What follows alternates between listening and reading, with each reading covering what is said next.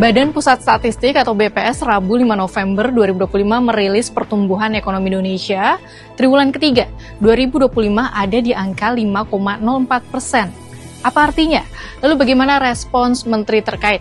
Satu hal lagi, angka ini jauh di atas prediksi Lembaga Penyelidikan Ekonomi dan Masyarakat Fakultas Ekonomi dan Bisnis Universitas Indonesia atau LPEM FEB UI. Bagaimana ini?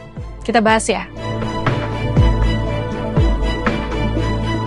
BPS menyebut jika pertumbuhan 5,04% ini ditopang oleh konsumsi rumah tangga, kinerja ekspor perdagangan, serta realisasi investasi. Namun perekonomian tumbuh melambat dibandingkan triwulan kedua 2025, yaitu 5,12% dengan konsumsi rumah tangga masih tumbuh di atas level 5%.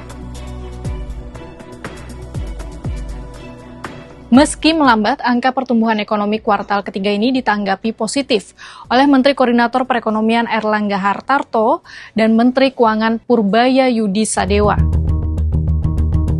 Dengan angka yang 5,04 itu berarti kita bisa menjaga di level 5%. Pak, tapi kan itu melambat dibandingkan kuartal yang lalu ya Pak? Dibandingkan kuartal yang lalu kan juga jauh lebih baik. Berarti untuk mengejar di kuartal year on year ya. Nah, upaya kita perlu lakukan di Q4 itu kita harus tingkatkan lagi ekonomi supaya angka rata-rata 5,2 bisa dicapai. Tingkatannya apa aja Pak? Ya, kita kan menggelontorkan bansos dan nilainya kan hampir 30 triliun.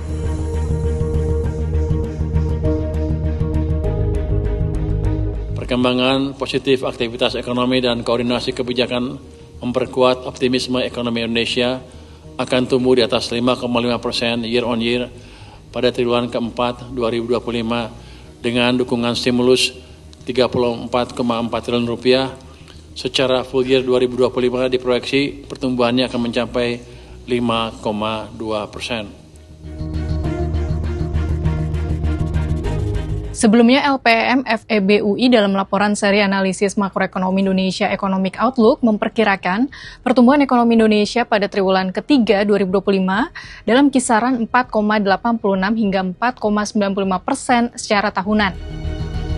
Ekonom LPEM FEB UI Teuku Rifki juga menyebut jika secara keseluruhan pertumbuhan ekonomi pada 2025 diperkirakan mencapai 4,95% atau dalam rentang 4,93 hingga 4,97%.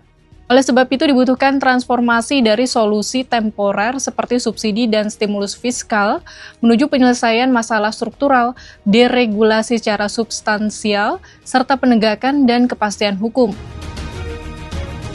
Menurut Rifki, kunci utama permasalahan ekonomi saat ini berada pada fokus kebijakan untuk mengatasi masalah mendasar. Masalah-masalah itu meliputi produktivitas, penciptaan lapangan kerja, daya beli, dan iklim usaha.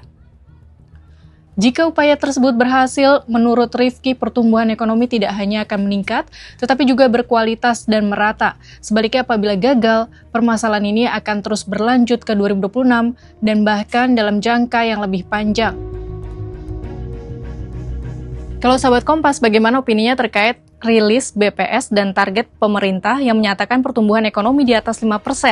Apakah benar sudah merasakan dampak dari pertumbuhan ekonomi di atas 5% ini?